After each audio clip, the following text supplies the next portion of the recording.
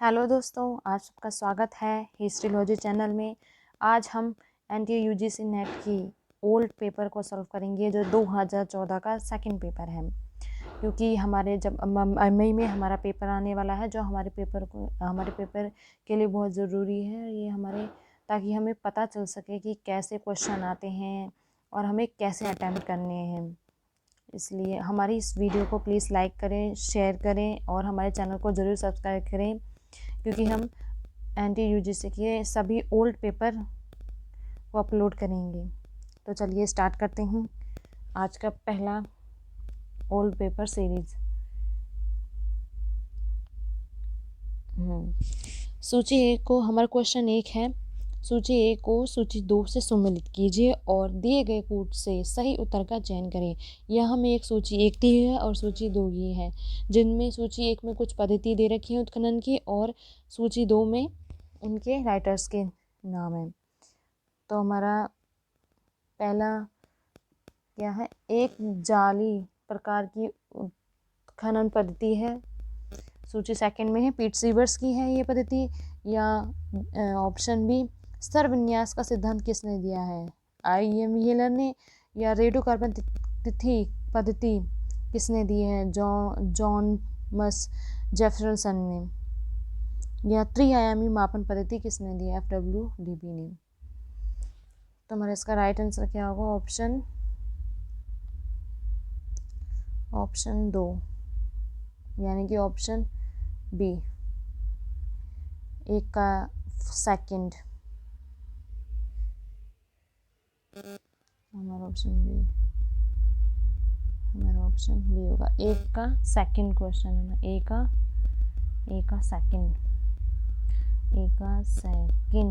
यानी कि जो हमारी जाली प्रकार की उत्खनन पद्धति है ये किसने दी है, IEM व्हीलर ने दी है। और बी का थर्ड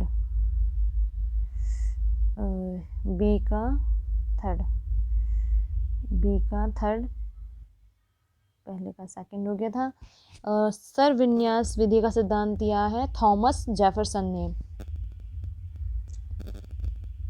और सी का फोर्थ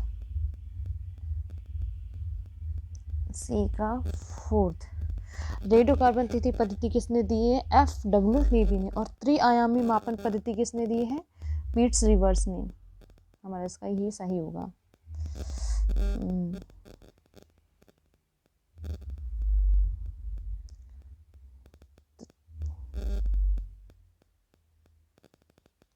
हमारा सेकंड क्वेश्चन है, किस क्षेत्र के उत्खनन से पता चलता है कि वह नवपाषाण कालीन मानव जमीन में गड्ढा खोदकर रहता था उस समय, है ना। हाँ, किस उत्खनन क्षेत्र से पता चलता है कि नवपाषाण कालीन जो मानव था वो जमीन के अंदर गड्ढा खोद कर रहता था।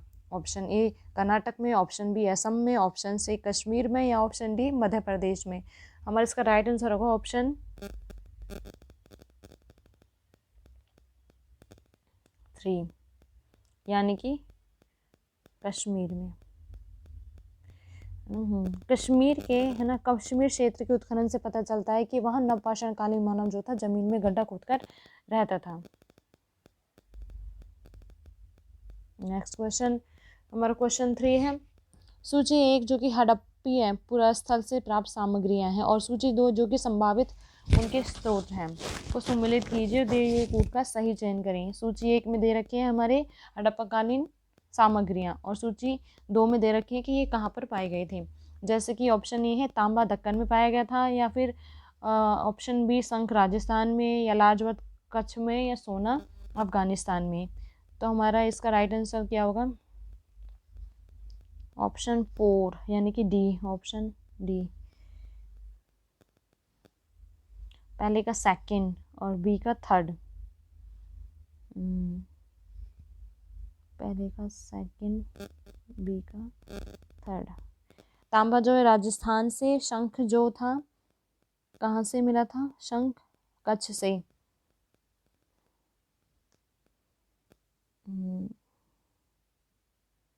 सी का फोर्थ। लाजवत हमारा अफगानिस्तान से और सोना दक्कन से। हमारा राइट आंसर क्या होगा? हड़प्पा कालीन जो पुरास्थल से प्राप्त सामग्रियां हैं उनके संभावित स्रोत कहाँ से थे? तांबे का राजस्थान से था, शंख का कच्छ से था, लार्जवर्द का अफगानिस्तान से था और सोना का दक्कन से था।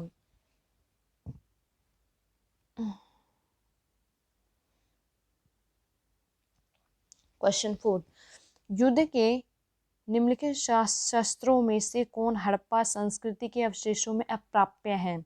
ऑप्शन ए धनुष और तीर, ऑप्शन सेकंड तलवार, ऑप्शन थर्ड है ढाल या ऑप्शन 4 शीर्षस्त्रार्थ।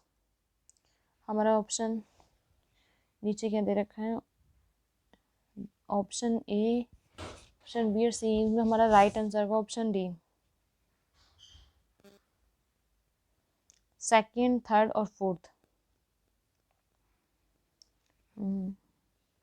सेकंड, थर्ड और ये फोर्थ है ना, तलवार, ढाल और शीर्षस्त्रार्थ, ये जो है हड़प्पा कालीन में अप्राप्य, मतलब कि हड़प्पा संस्कृति अवशेषों में नहीं मिले हैं, बाकी धनुष और तीन के साक्ष्य मिले हैं।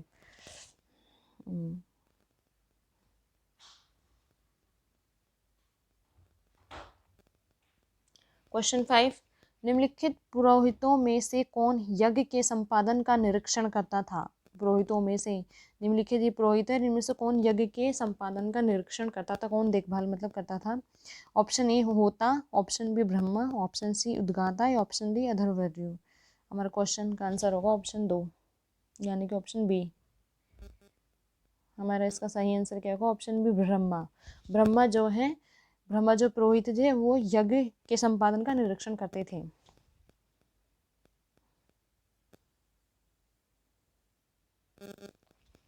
क्वेश्चन 6, सूची 1 को सूची 2 से सम्मिलित कीजिए, दिए गए कूट में सही उत्तर का चयन करें। सूची 1 में दे रखा है हमारे शोध सूत्र, हमारे सूत्र दे रखे हैं, और सूची 2 में दे रखे हैं कि इनको कौन करता था।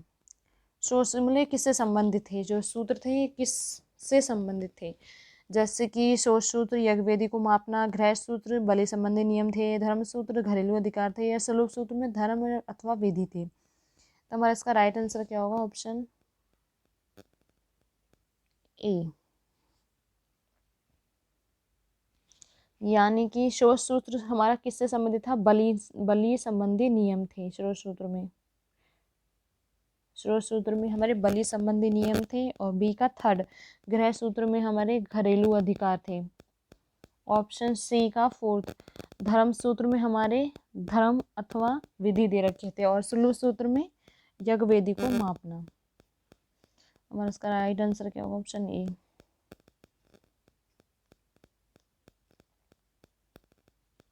क्वेश्चन 7 है, सूची 1 को सूची 2 से सम्मिलित कीजिए और दिए गए कूट से सही उत्तर का चयन करें। सूची 1 में दे रखा है और सूची 2 दे रखी है। ऑप्शन ए है सूर्य सिद्धांत रोम से है, या फिर पुद्गल यूनानी है, या होरा शास्त्र आर्यभट्ट का है, या फिर एडिताइन मृदभान जैन के हैं। तो हमारा क्वेश्चन 7 का राइट आंसर क्या होगा? Option A. ऑप्शन ए में क्या दे रखा है? ए का थर्ड, यानी कि सूर्य सिद्धांत किसने दिया था? आर्यभट्ट ने।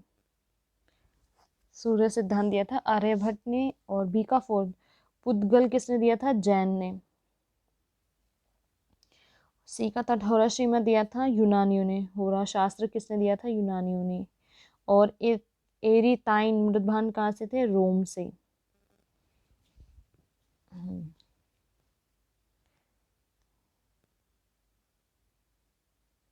क्वेश्चन 8, सूची 1 अधिकारी के नाम दे रखे हैं, अधिकारी दे रखे हैं, और सूची 2 में उनके विभाग से सुमिलित करनी है। नीचे दिए गए कूट की सहायता से सही उत्तर का हमें चयन करना है कि एक तरफ सूची 1 में अधिकारी है और सूची 2 में उनके विभाग हैं, कौन का किससे संबंध है हमें ये बताना है। तो हमारे क्वेश्चन 8 का आंसर होगा सेकेंड, यानी कि ए का फर्स्ट।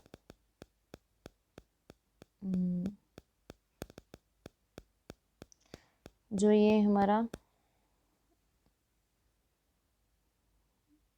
ए का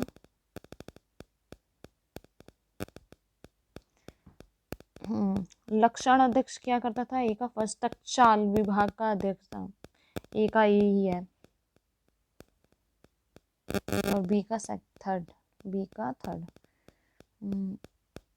ए का ए, बी का थर्ड, यानी कि सीता अध्यक्ष का संबंध कृषि विभाग से था, यानी कि जमीन से। सीता अध्यक्ष कृषि से याद कर सकते, सीता माँ जैसे जमीन के अंदर चली गई थी, उसी के हिसाब से आप याद रखना कि उसका संबंध कृषि विभाग से था।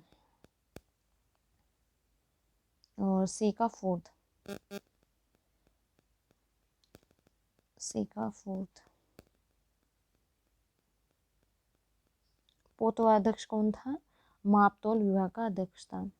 और प्रणय अध्यक्ष कौन था? वाणिज्यिक विभाग का अध्यक्ष था। ये मौर्यकाल के टाइम के हैं।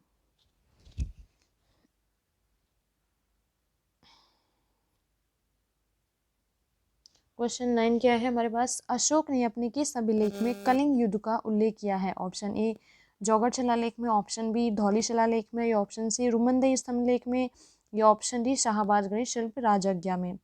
हमारे 9 का सही आंसर क्या होगा? ऑप्शन डी, शाहबाजगढ़ी शिल्प राजज्ञा से हमें, है ना, इस अभिलेख से हमें कलिंग युद्ध का उल्लेख मिलता है।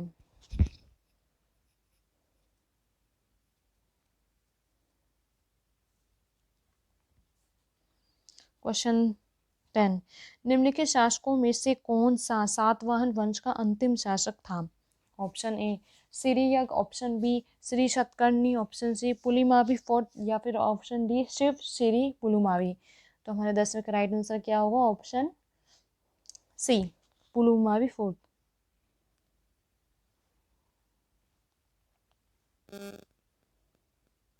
क्वेश्चन 11वां, किस गणितज्ञ ने सर्वप्रथम पाई के मूल्य की सही गणना की थी? ऑप्शन ए आर्यभट्ट फर्स्ट ने, ऑप्शन बी आर्यभट्ट सेकंड ने, ऑप्शन सी वराहमिहिर ने, ऑप्शन डी ब्रह्मगुप्त ने। तो हमारा इसका राइट आंसर होगा ऑप्शन ए आर्यभट्ट फर्स्ट ने।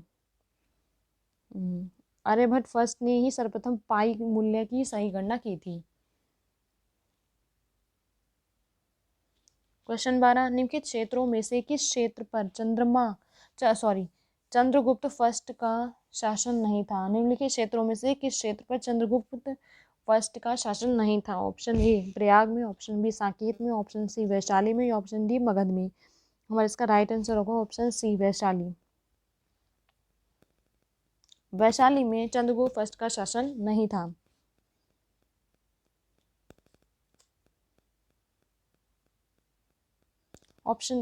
क्वेश्चन 13, भारत में किसके शासनकाल में ईसाई धर्म के प्रचार हेतु संत थॉमस आया था?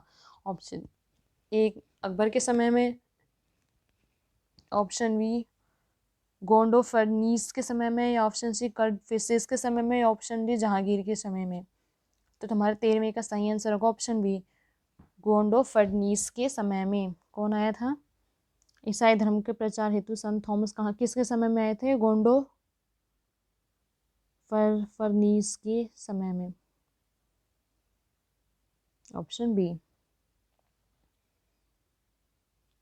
क्वेश्चन 14, निम्नलिखित बौद्ध पुरास्थलों का सही कालानुक्रम क्या है? ऑप्शन ए नालंदा नागार्जुन कोंड अमरावती गांधी सांची, या ऑप्शन बी नागार्जुन कोंड सांची अमरावती नालंदा, या ऑप्शन डी सांची अमरावती नागार्जुन कोंड या नालंदा, या ऑप्शन डी सांची नागार्जुन कोंड अमरावती और नालंदा।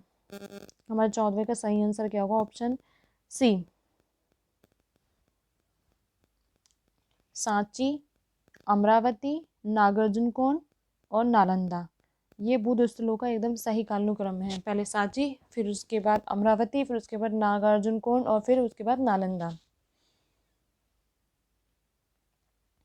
क्वेश्चन 15, निम्नलिखित अधिकारियों में से कौन सा अधिकारी मौर्य काल के प्रशासन में नहीं था?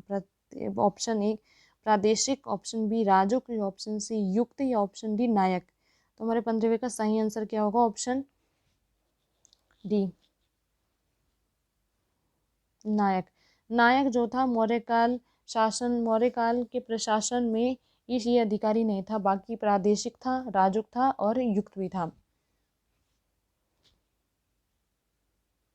क्वेश्चन 16, नीचे दो कथन दिए गए हैं जिनमें से एक अभिकथन है और दूसरा तर्क है, यानी कि ए और आर तर्क और अभिकथन क्या है हमारे पास। ए, भारत में तुर्क साम्राज्य की स्थापना के साथ ही इतिहास लेखन दृढ़ता से स्थापित हो गई थी। तर्क क्या दे रखा है, और सल्तनत काल में भारत में कागज उद्योग विकसित हुआ था। अब हमें इन कथनों को पढ़ के उसका सही सटीक उत्तर देना है। सॉल्व का हमारा सही आंसर क्या होगा, ऑप्शन बी।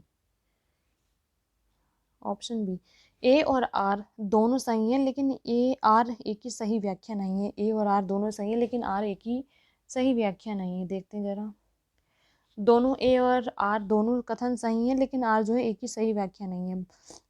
एक कथन में दे रखा है हमें कि भारत में तुर्क साम्राज्य की स्थापना के साथ ही इतिहास लेखन कला में दृढ़ता से स्थापित हो गई थी। मतलब तुर्क साम्राज्य के स्टार्ट होने के समय से ही इतिहास लेखन में दृढ़ता से स्थापित हो गई थी। और ऑप्शन आर क्या है, ये सल्तनत काल में भारत में कागज उद्योग विकसित हो गया था, हुआ था।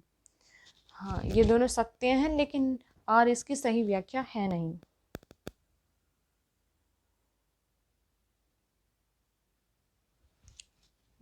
क्वेश्चन 17वां, यह किसका कथन है कि दिल्ली के राजगीर एवं संगत राज समस्त मुसलमान जगत में पाए जाने वाले उन शिल्पकारों में से अधिक उत्तम थे। यह कथन किसका था कि दिल्ली के राजगीर एवं संगत राज समस्त मुसलमान जगत में पाए जाने वाले उन शिल्पकारों से अधिक उत्तम थे। ये किसने कहा था? ऑप्शन ए अमीर खुसरो ने, ऑप्शन बी मिनहाज उन सिराज ने, या ऑप्शन सी इब्न बतूता, या ऑप्शन डी इसामी ने। हमारा इसका राइट आंसर होगा ऑप्शन ए अमीर खुसरो ने। अमीर खुसरो ने कहा था।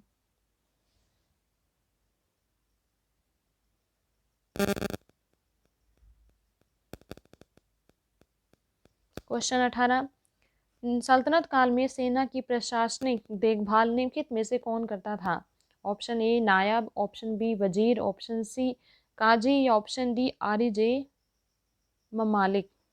18वें का सही आंसर होगा ऑप्शन डी आरी जे ममालिक। आरी जे ममालिक जो है सल्तनत काल में प्रशासनिक सेना का देखभाल करता था।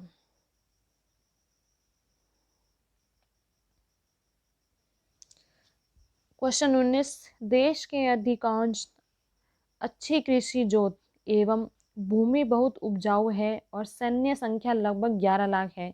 विजयनगर राज्य से संबंधित उपरोक्त कथन ये किसका है? ऑप्शन ए नूनीज का, ऑप्शन बी अब्दुल रज्जाक का, या ऑप्शन सी निकोलो कोंटी का, या ऑप्शन डी डी बारबोसा का। तो हमारे 19 का सही आंसर होगा ऑप्शन बी अब्दुल रज्जाक का।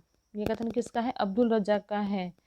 उन्होंने विजयनगर से संबंधित क्या कथन कहा है कि यहाँ कृषि की जो अच्छी थी, भूमि बहुत उपजाऊ थी और यहाँ सैन्य संख्या लगभग 11 लाख थी। ये अब्दुल रज्जाक ने कहा था।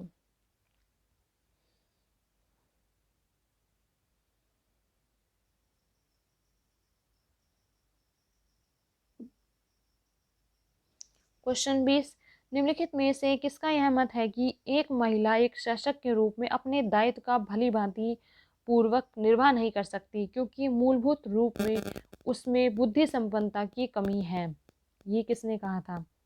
ऑप्शन ए मिनहाज सिराज ने, ऑप्शन बी जियाउद्दीन बर्नी ने, ऑप्शन सी इसामी ने, या फिर ऑप्शन डी याहया बिन अहमद ने। तो हमारे 20वें का राइट आंसर क्या होगा? ऑप्शन सी इसामी ने। ये इसामी ने कहा था। ऑप्शन सी इसका राइट आंसर होगा।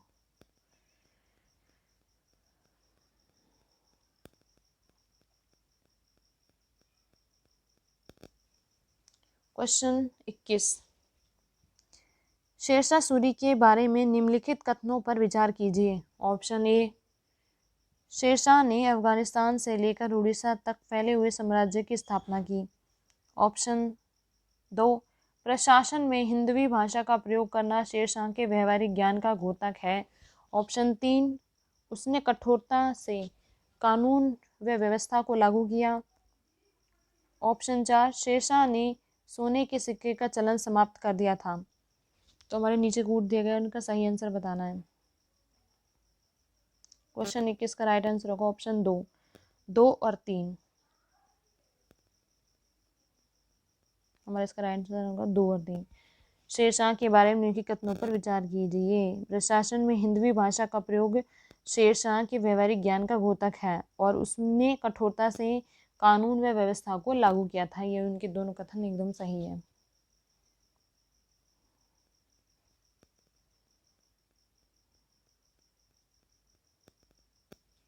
क्वेश्चन 22, निम्नलिखित को सही कालक्रम में रखकर कूट में दिए गए उत्तरों में से कौन सा सही उत्तर है, चिन्हित करें। क्वेश्चन 1, खानवा का युद्ध, है ना। सेकंड, पालखेड़ का युद्ध। ऑप्शन 3 है हमारा चौसा का युद्ध। ऑप्शन 4 है हमारा धर्मत का युद्ध।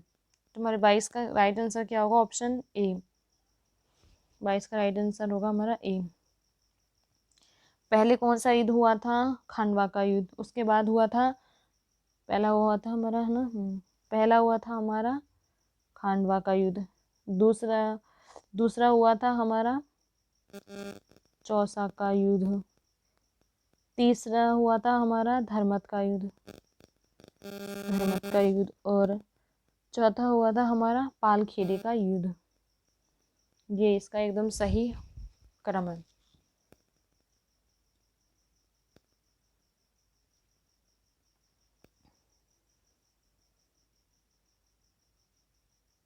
क्वेश्चन 23, निम्नलिखित में से किस ऐतिहासिक ग्रंथ की रचना अकबर के शासनकाल में नहीं की गई थी? ऑप्शन ए Tarikh i Firishta. Option B Humayunnama. Option C Tarikh i Shershahi. Option D Tabaqat i Akbari. हमारे क्वेश्चन 23 का राइट आंसर क्या होगा? ऑप्शन ए तारीख ए फरिश्ता जो है अकबर के शासनकाल में नहीं लिखी गई। बाकी हुमायूंनामा लिखी गई है, तारीख ए शेरशाही भी लिखी गई है और तबकात आखिरी भी लिखी गई है। क्वेश्चन 24 क्या है हमारा? निम्नलिखित में से किस इतिहासकार ने लिखा है कि नूरजहां के संबंधियों एवं जानकारों को हर प्रकार के अनुग्रह से बढ़ावा दिया गया है? निम्नलिखित में से किस इतिहासकार ने लिखा है कि नूरजहां के संबंधियों एवं जानकारों को हर प्रकार के अनुग्रह से बढ़ावा दिया गया? ऑप्शन ए मिद Khan. Option B Inayat Khan. Option C Khwaja Kamgar Khan या ऑप्शन डी अब्दुल हामिद लाहौरी। हमारे 24 का राइट आंसर क्या होगा? ऑप्शन ए मिद खां ने।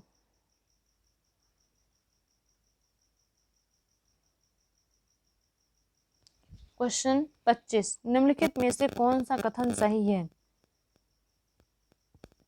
ऑप्शन ए मुगल कालीन भारत में अमीर वर्ग यूरोप की तरह एक विधि सम्मत वर्ग था। ऑप्शन बी मुगल अमीरों को उच्च स्तरीय प्रशासन में शामिल नहीं किया गया था। ऑप्शन सी ईरानी तुरानी शेखजादा अमीरों के बीच सामाजिक विभेद लुप्त हो गया था। ऑप्शन डी वह अमीर जिनके पूर्वज एक पीढ़ी से अधिक मुगल शासक की सेवा में रहे थे उन्हें खाना जात कहा गया था। तो हमारा 25वें का राइट आंसर क्या होगा? ऑप्शन 4 यानी कि ऑप्शन डी। वह अमीर जिनके पूर्वज एक पीढ़ी से अधिक मुगल शासक की सेवा में रहे थे उन्हें खानाजात कहा गया है।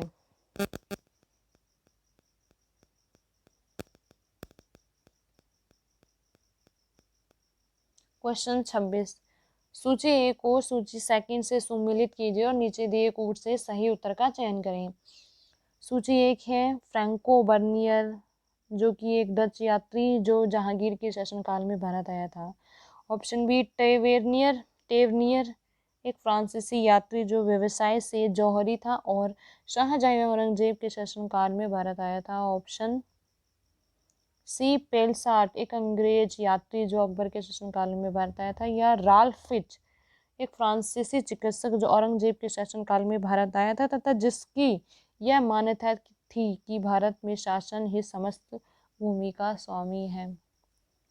तुम्हारे इस क्वेश्चन का राइट आंसर क्या होगा? ए का fourth,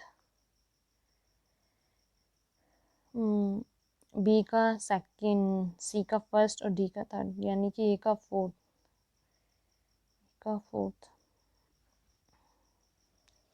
Francois Bernier, Francois Bernier,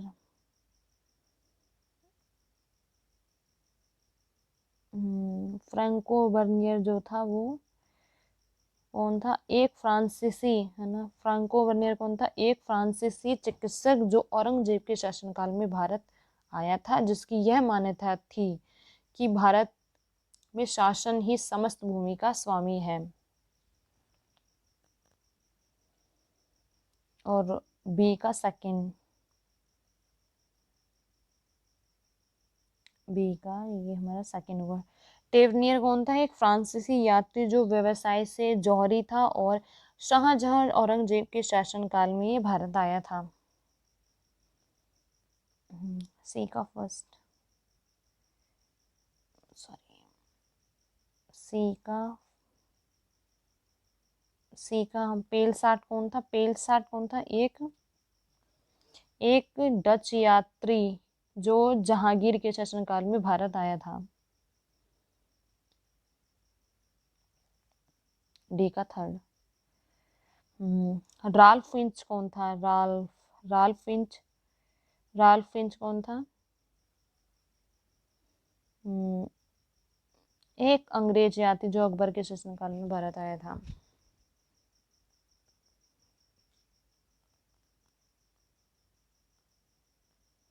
question 27, सूची 1 को सूची 2 से सम्मिलित कीजिए और निम्न कूट से सही उत्तर का चयन करें। सूची 1 है इजारा, सूची 2 है भूमि लगान निर्धारण एवं एकत्र मुगलों के अंतर्गत एक तरीका, एकत्रण। हाँ, ऑप्शन बी है हासिल, लगान को ठेके पर देने की प्रथा। ऑप्शन सी गल्ला बख्शी, वह क्षेत्र जहाँ फसल खराब हो गई थी। या ऑप्शन डी नाबूद, मुगलों के अंतर्गत भूमि लगान की वास्तविक वसूली। तो हमारा 27वें का राइट आंसर क्या होगा? ऑप्शन 2, ऑप्शन बी, ए का सेकंड, ए का सेकंड। इजारा क्या था? इजारा था लगान, इजारा था लगान को ठेके पर देने की प्रथा थी। इजारा क्या थी? लगान को ठेके पर देने की प्रथा थी। बी का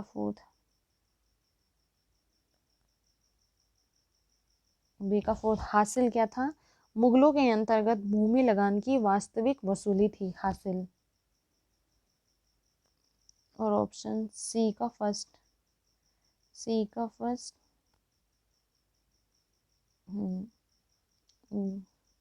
गल्ला बख्शी क्या थी? भूमि लगान निर्धारण एवं एक ऋण का मुगलों के अंतर्गत एक तरीका था। और नाबूद क्या था? वह क्षेत्र जहां फसल खराब हो गई थी। तो हमारा इसका राइट आंसर होगा ऑप्शन बी, ये वाला।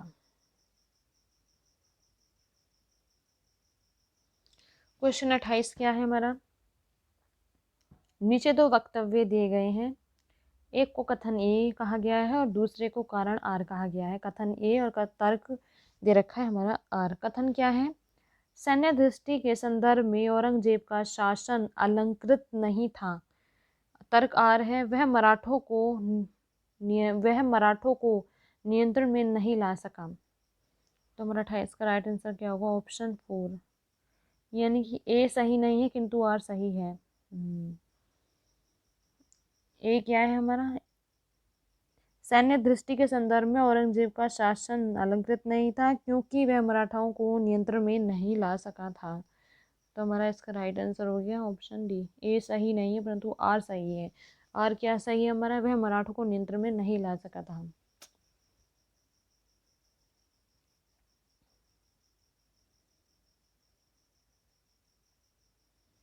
क्वेश्चन 29, मुगल केंद्रीकृत सत्ता की वास्तविकता एक बात है, वह अच्छी थी अथवा बुरी थी, यह दूसरी बात है। उपरोक्त कथन किसका था?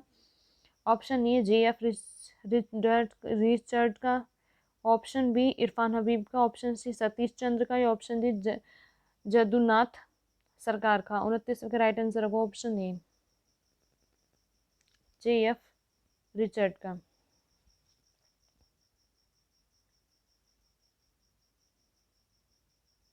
क्वेश्चन 30, सूची 1 को सूची 2 से सम्मिलित कीजिए तथा नीचे दिए गए कोड की सहायता से सही उत्तर का चयन करें। सूची 1 में दीवार दे रखा है हमारा शिवाजी के अंतर्गत केंद्रीय शासन के विभागों के नाम। सूची 2 में है विभाग के अध्यक्ष का पद क्या था। ऑप्शन ए राज परिवार एवं दरबारी मामलों से संबंधित विभाग, ऑप्शन बी विदेशी मामलों से संबंधित विभाग, और ऑप्शन सी शाही पत्र व्यवहार से संबंधित या वित्तीय विभाग। तुम्हारे इसका राइट आंसर क्या होगा 29वें का, सॉरी 30वें का। क्वेश्चन 30 का राइट आंसर होगा ऑप्शन 2 बी, ए का सेकंड, ए का सेकंड, ए का सेकंड है। राज परिवार एवं दरबारी मामलों से संबंधित विभाग था मंत्री के पास। और बी का थर्ड, बी का थर्ड। विदेशी मामलों संबंधी विभाग किसके पास था, सुमंत के पास था। ऑप्शन सी का है फोर्थ। शाही पत्र व्यवहार से संबंधित कौन था, सचिव। और वित्तीय विभाग से संबंधित कौन था, अमात्य। ये रहा।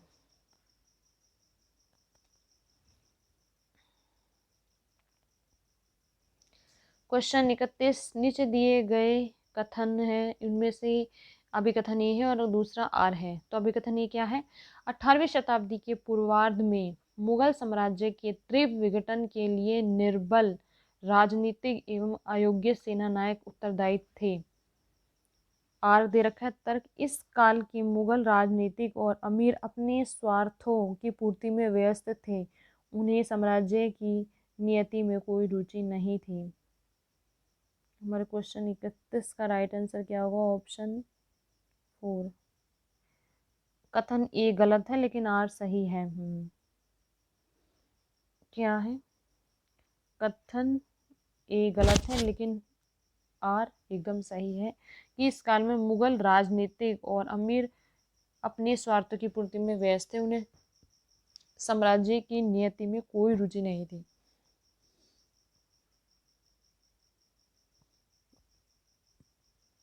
क्वेश्चन 32, 19वीं शताब्दी के उत्तरार्ध में भारतीय पूंजीवादियों के हाथ में मात्र कौन सा प्रमुख उद्योग था। ऑप्शन ए कपास से निर्मित कपड़ा उद्योग, ऑप्शन बी पटसन उद्योग, या ऑप्शन सी लोहा एवं स्टील उद्योग, या ऑप्शन डी उपरोक्त में से कोई नहीं। तो हमारा इसका राइट आंसर होगा ऑप्शन ए कपास से निर्मित कपड़ा उद्योग, है ना। कपास से निर्मित कपड़ा उद्योग 19वीं शताब्दी के उत्तरार्ध में भारतीय पूंजीवादियों के हाथ में एकमात्र उद्योग था।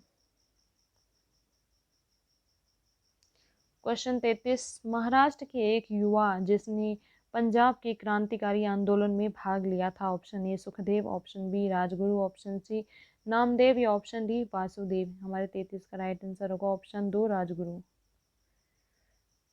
सॉरी राजगुरु। ये राजगुरु जो थे महाराष्ट्र के युवा थे जिन्होंने पंजाब के क्रांतिकारी आंदोलन में भाग लिया था। क्वेश्चन 34, निम्नलिखित में से किसने कहा था कि राजनीतिक डकैतियों का लक्ष्य सरकारी धन को प्राप्त करना है। ऑप्शन ए रामप्रसाद बिस्मिल ने, ऑप्शन बी सूर्य सेन ने, ऑप्शन सी प्रतीलता वडेदार ने, या ऑप्शन डी सुखदेव ने।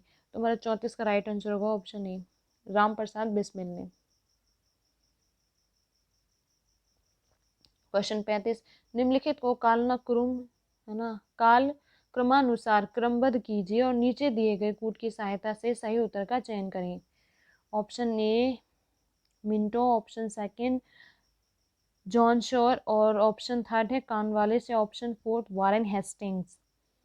तो हमारे क्वेश्चन 35 का राइट आंसर होगा ऑप्शन फोर्थ, यानी कि पहले वारेन हेस्टिंग। पहले कौन था, वारेन हेस्टिंग, पहले था वारेन हेस्टिंग, फिर उसके बाद कॉर्नवालिस, फिर उसके बाद जॉन शोर, उसके बाद लॉर्ड मिंटो। हमारा इसका एकदम सही आंसर है। ये ना, ये कालक्रम के अनुसार है। क्वेश्चन 36, पूर्वी ज्ञान यूरोपीय ज्ञान से घटिया है, यह टिप्पणी किसकी थी? Charles option A Charles Wood की, option B Williams Carey, option C Lord Macaulay, option D William Hunter. हमारा इसका राइट आंसर होगा option 3, question C, Lord Minto ने कहा था ये कि पूर्वी ज्ञान यूरोपीय ज्ञान से घटिया है। क्वेश्चन 37, नव राष्ट्रवादी किन्हें कहा जाता है? ऑप्शन ए नरम दल को, ऑप्शन बी स्वराजवादी को, या ऑप्शन सी गरम दल को, या ऑप्शन डी क्रांतिकारी को। तो हमारा इसका राइट आंसर होगा ऑप्शन 3, गरम दल को नव राष्ट्रवादी किसने कहा है? नव राष्ट्रवादी किन्हें कहा जाता था? गरम दल को कहा जाता था। क्वेश्चन 38, पूसा में कृषि अनुसंधान संस्थान किसने स्थापित किया था? ऑप्शन ए लीटन ने, ऑप्शन बी रिपन ने, या ऑप्शन सी कर्जन ने, या ऑप्शन डी मिंटो ने। तुम्हारा 38वें का राइट आंसर क्या होगा? ऑप्शन सी कर्जन ने पूसा में कृषि अनुसंधान संस्थान की स्थापना की थी।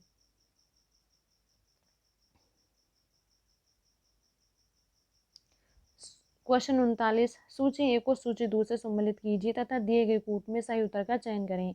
सूची 1 में हमारे आयोग के नाम दे रखे हैं और सूची 2 में उनके अध्यक्ष के नाम बताने हैं।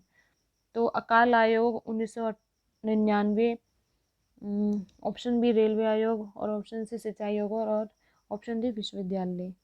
तो हमारे 39वें का राइट आंसर होगा ऑप्शन ए का थर्ड। ए का अकाल आयोग जो था उसके अध्यक्ष कौन थी? Anthony MacDonald. बी का फर्स्ट। रेलवे आयोग जो 1901 में था उसके अध्यक्ष थे थॉमस रॉबर्टसन। सी का फोर्थ। सिंचाई आयोग 1901 के अध्यक्ष कौन थे? सर कालिन स्कॉट मनक्रीफ। और विश्वविद्यालय आयोग 1902 के अध्यक्ष कौन थे? Thomas Raleigh.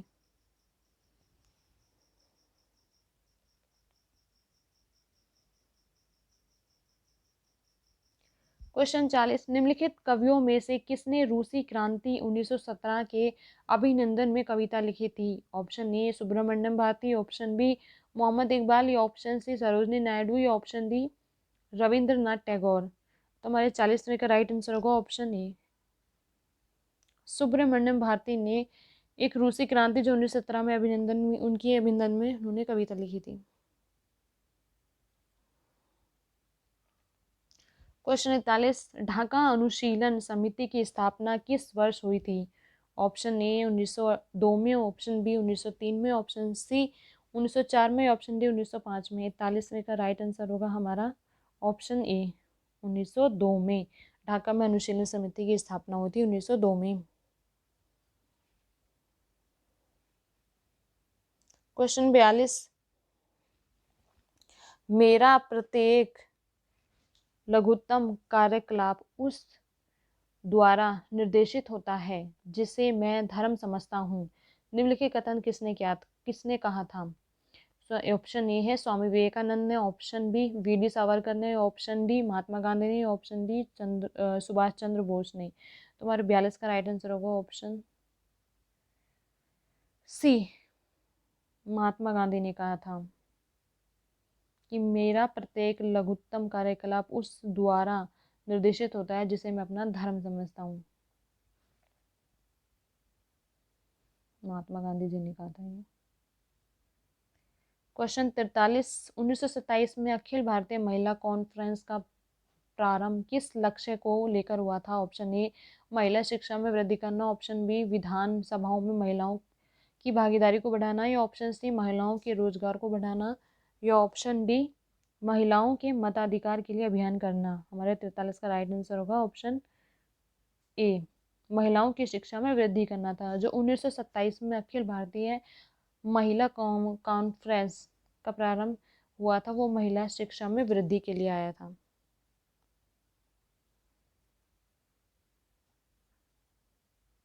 क्वेश्चन 44, निम्नलिखित में से महिला मताधिकार की मांग के लिए लंदन जाने वाले शिष्टमंडल का नेतृत्व किसने किया था? ऑप्शन ए एनी बेसेंट ने, ऑप्शन बी सुचेता कृपलानी ने, ऑप्शन सी सरला देवी ने, ऑप्शन डी सरोजनी नायडू ने। तुम्हारा 40 का राइट आंसर होगा ऑप्शन डी, सरोजनी नायडू ने किया था।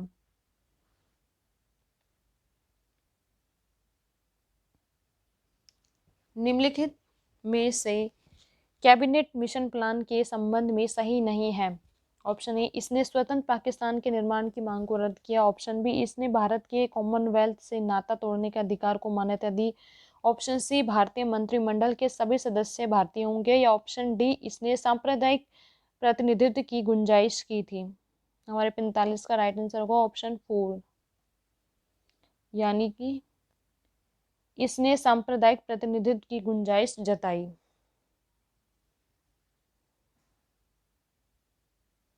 क्वेश्चन 46, भारत और पाकिस्तान के बीच नेहरू लियाकत समझौते पर किस समस्या को हल करने के लिए 1950 में हस्ताक्षर किए गए थे। ऑप्शन ए, अल्पसंख्यकों की सुरक्षा के लिए। ऑप्शन बी, रियासतों के विलय के लिए। ऑप्शन सी, सीमा झगड़ों के निपटारे के लिए। ऑप्शन डी, विदेशी संबंधों के लिए। तो हमारे 46 का राइट आंसर होगा ऑप्शन ए, अल्पसंख्यकों की सुरक्षा के लिए। 1950 में हस्ताक्षर किए थे भारत और पाकिस्तान के बीच नेहरू लियाकत समझौते पर।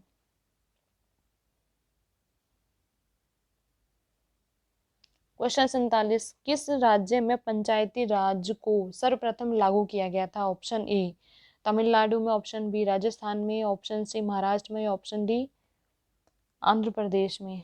तो हमारे 47 का राइट आंसर होगा ऑप्शन बी, राजस्थान में सबसे पहले पंचायती राज को लागू किया गया था। पंचायती राज राजस्थान में।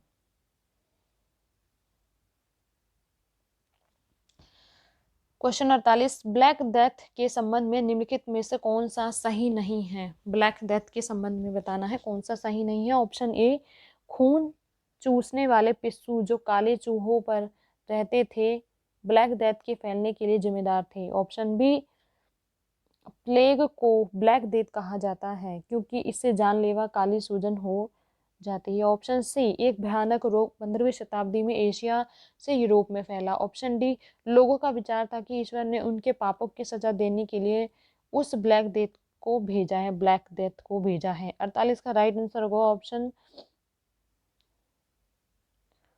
48 का राइट आंसर हमारा ऑप्शन सी, कि यह एक भयानक रोग जो 15वीं शताब्दी में एशिया से यूरोप तक फैला था। ब्लैक डेथ के संबंध में ये गलत है कथन।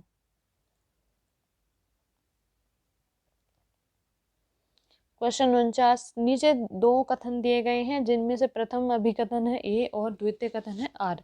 तो हमें इसका तर्क बताना है। अभिकथन ए में दे रखा है, सभ्यता अपने सभी विविध पक्षों से इतिहास की विषय वस्तु बनती है। तर्क है क्योंकि इतिहास के प्रति ऐसा सांस्कृतिक दृष्टिकोण इसे सभ्यता की जीवनी बना देगा। हमारा 49 का राइट आंसर होगा ऑप्शन ए और आर दोनों सही बन, तो आर ए की सही और आर ए की सही व्याख्या है ना। हमारा राइट आंसर है ए और आर दोनों सही है और आर ए की सही व्याख्या है। चलिए देखते हैं कि सभ्यता अपने सभी विविध पक्षों से इतिहास की विषय वस्तु बनती है क्योंकि इतिहास के प्रति ऐसा सांस्कृतिक दृष्टिकोण इसे सभ्यता की जीवनी बना देगा।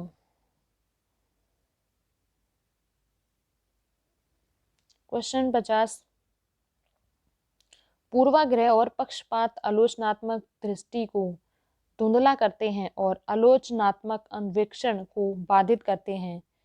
यह कथन किस मध्ययुगीन इतिहासकार का है। Option A, Al-Biruni. Option B, Minhaj us Siraj. या ऑप्शन सी, इब्न खलदून। या ऑप्शन डी, जियाउद्दीन बर्नी। हमारे 50 का राइट आंसर होगा ऑप्शन सी, इब्न खलदून ने कहा था ये। दोस्तों, अगर आपको हमारी ये वीडियो अच्छी लगी हो तो प्लीज़ हमारी इस वीडियो को सब तक शेयर करें ताकि जो अब मई में पेपर आने वाला है उसकी तैयारी अच्छी हो। तो आप सबका बहुत बहुत धन्यवाद। प्लीज़ हमारे चैनल को सब्सक्राइब करें और इस वीडियो को शेयर ज़रूर करें।